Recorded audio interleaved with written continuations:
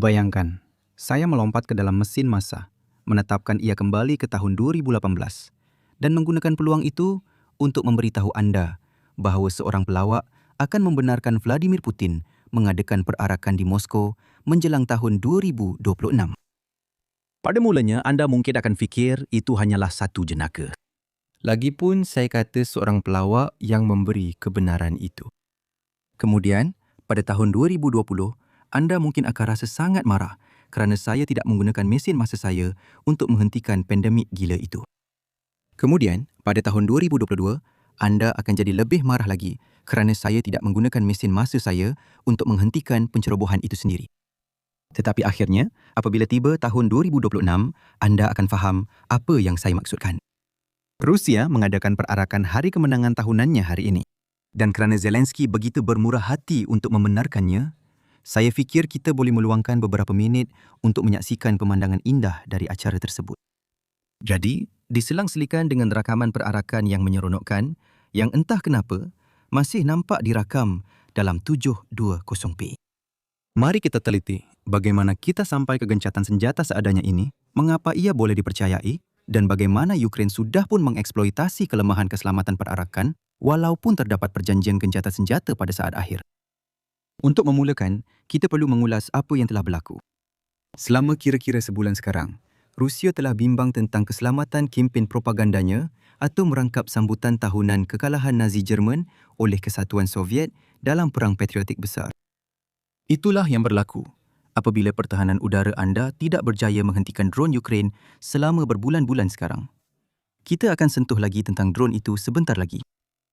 Menghadapi dilema ini, Rusia mengisytiharkan gencatan senjata sepihak pada 9 Mei.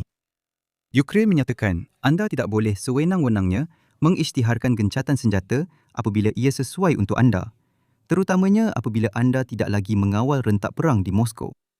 Ya, itu adalah ayat yang pelik yang saya baru saja ucapkan. Tetapi saya maksudkan setiap perkataan itu.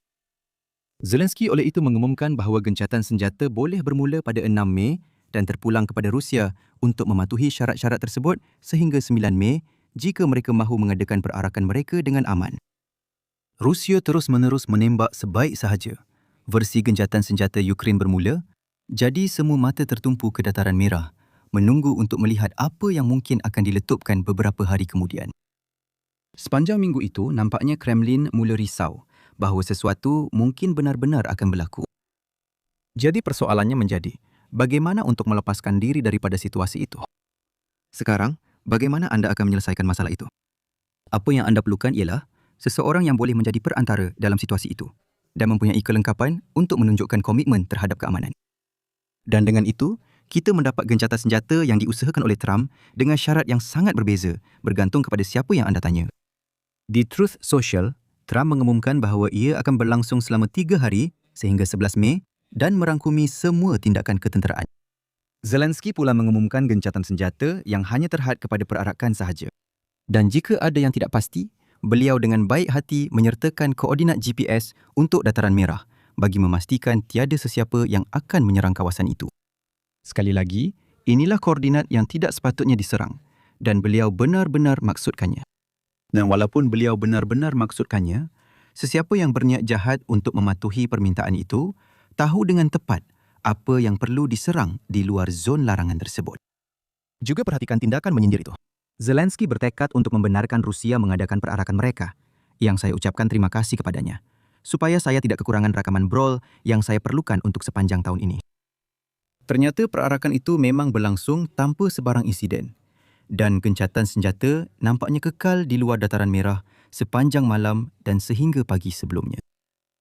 Apapun, jika saya baca di sebalik maksud sebenar di sini, saya ragu Ukraine percaya bahawa Rusia akan berpegang pada gencatan senjata itu melebihi kepentingan sempit mereka untuk mengadakan perarakan.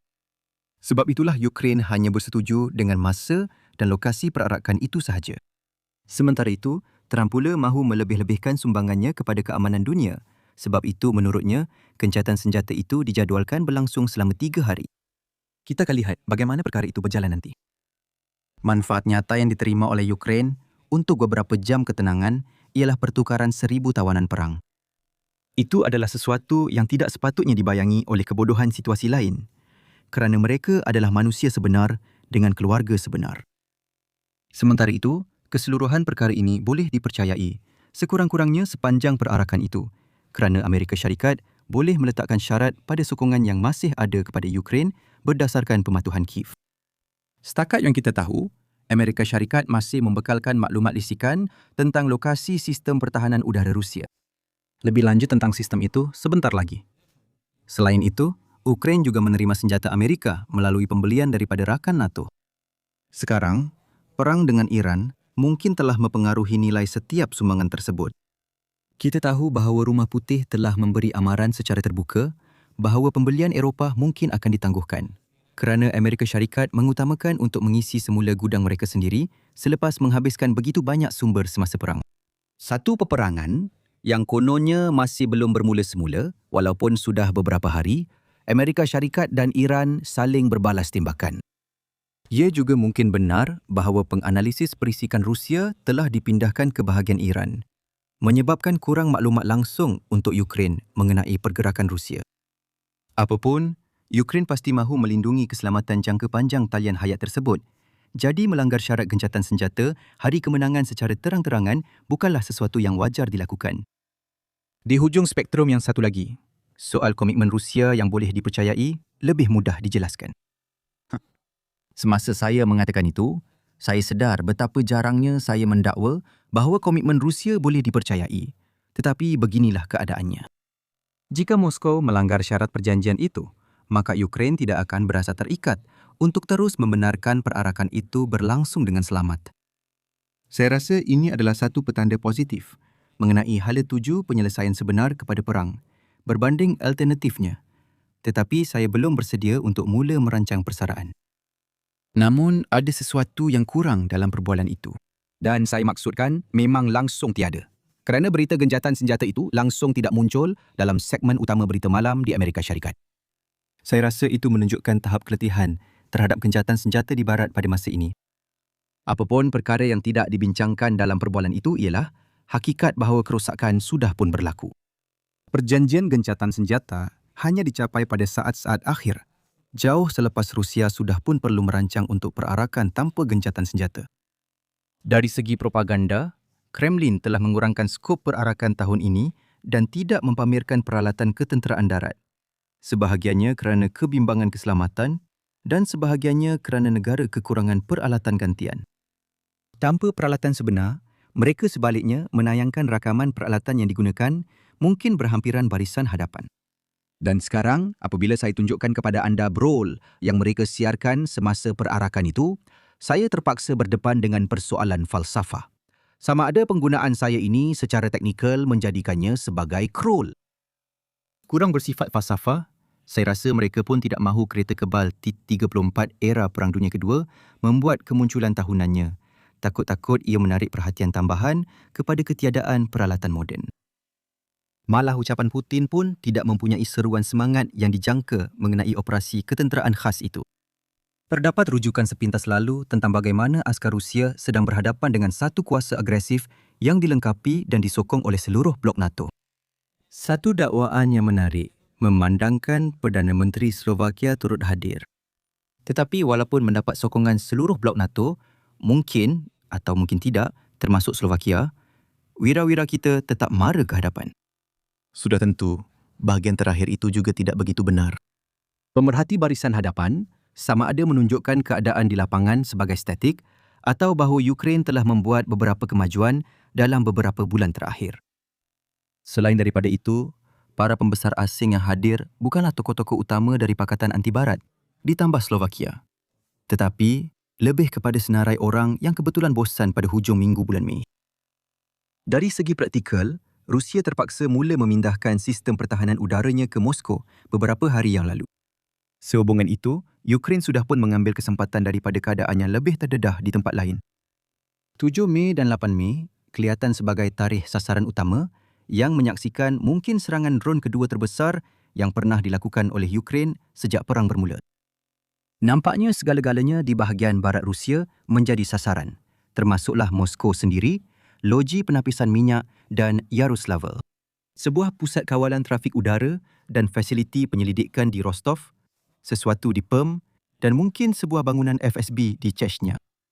Itu di samping beberapa siri serangan lain awal minggu ini, termasuk Flamingo yang berhijrah ke sebuah kilang yang menghasilkan peralatan navigasi di Republik Chuvash. Barangkali kadar serangan Ukraine akan menurun dalam beberapa hari akan datang. Pertama, kerana Ukraine mungkin menggunakan stok simpanannya lebih awal untuk mengambil kesempatan daripada situasi itu, dan kedua, kerana pertahanan udara Rusia akan kembali ke kedudukan yang lebih strategik. Namun begitu, pertahanan udara Rusia secara keseluruhan terus menjadi sasaran utama Ukraine. Dan jika Kremlin tidak dapat membalikkan trend ini, trajektori jangka panjang perang udara menunjukkan kerugian ekonomi yang lebih besar untuk Rusia. Jadi, apakah kesimpulan utama kita untuk hari ini?